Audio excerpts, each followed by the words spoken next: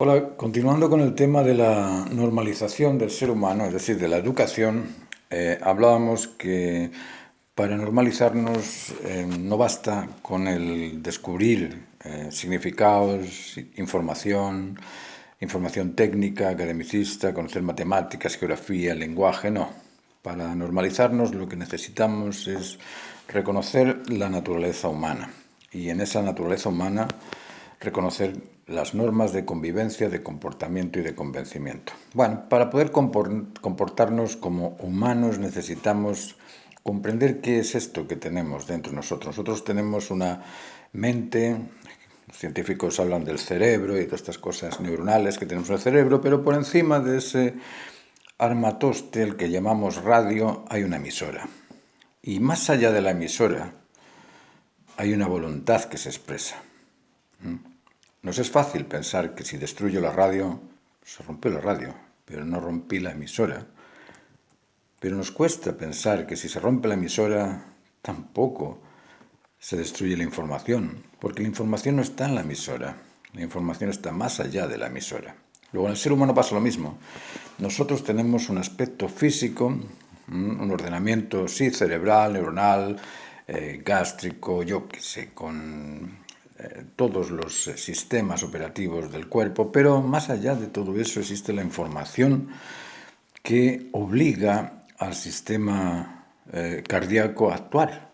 Díganme si alguno de ustedes sabe cuál es el estímulo que generó el primer impulso cardíaco. ¿Dónde está ese estímulo que generó el primer impulso cardíaco? No se sabe. Luego, bueno, tenemos un aspecto interno mental y un aspecto físico. Y dentro de ese aspecto físico tenemos los instintos. El instinto de protección, de conservación y de reproducción. El instinto es un custodio de nuestra naturaleza. El instinto de protección nos guarda del peligro, nos alerta del peligro. Pero todos los instintos tienen una dupla. Por un lado nos alertan, o nos previenen, o nos advierten, pero por otro lado nos provocan, nos tientan, nos inducen. Ahí es donde el ser maduro o el ser humano ha de utilizar su sentido común y darse cuenta de cuándo está en una condición excesiva o en una situación de carencia. Luego, el instinto de protección nos alerta mediante la ansiedad o mediante la angustia. La ansiedad es una necesidad por lograr algo, la angustia es una incapacidad de poderlo lograr. Nos angustiamos frente a los seres perdidos, aquellas cosas que ya no podemos volver a tener. Nos angustia haber perdido el auto, haber perdido la casa, haber perdido el amigo, haber perdido a alguien. Eso nos angustia. Y nos ansía el hecho de poderlo conseguir. Ansiedad y angustia son dos sentimientos que el ser humano para madurar debe controlar, debe ajustarlos y tenerlos ahí, presentes, pero ni en exceso ni en carencia. Por otro lado tenemos el instinto de conservación. ¿Qué hace el instinto de conservación? Bueno, es el encargado de mantener la vida, de mantener los nutrientes, el ejercicio, el descanso, la hidratación.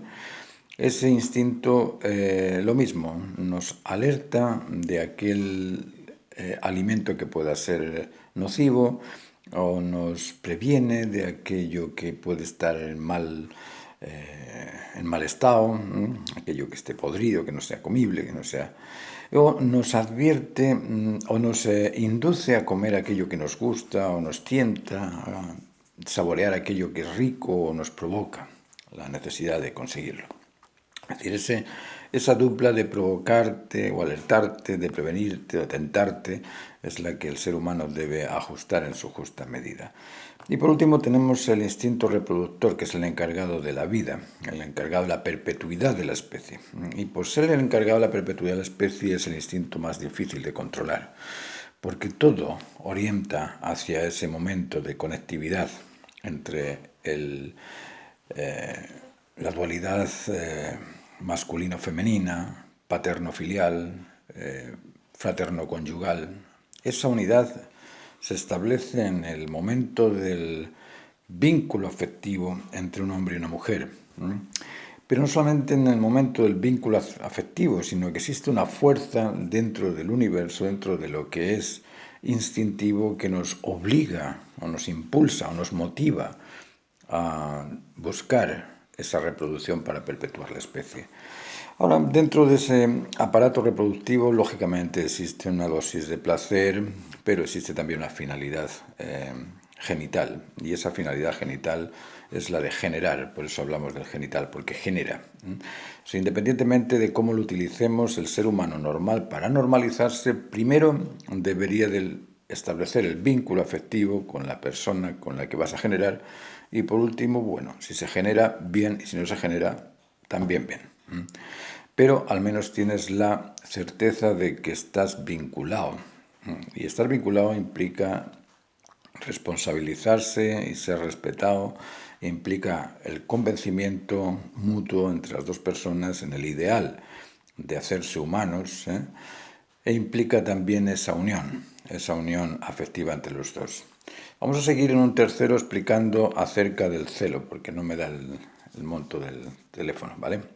Nos vemos en el próximo.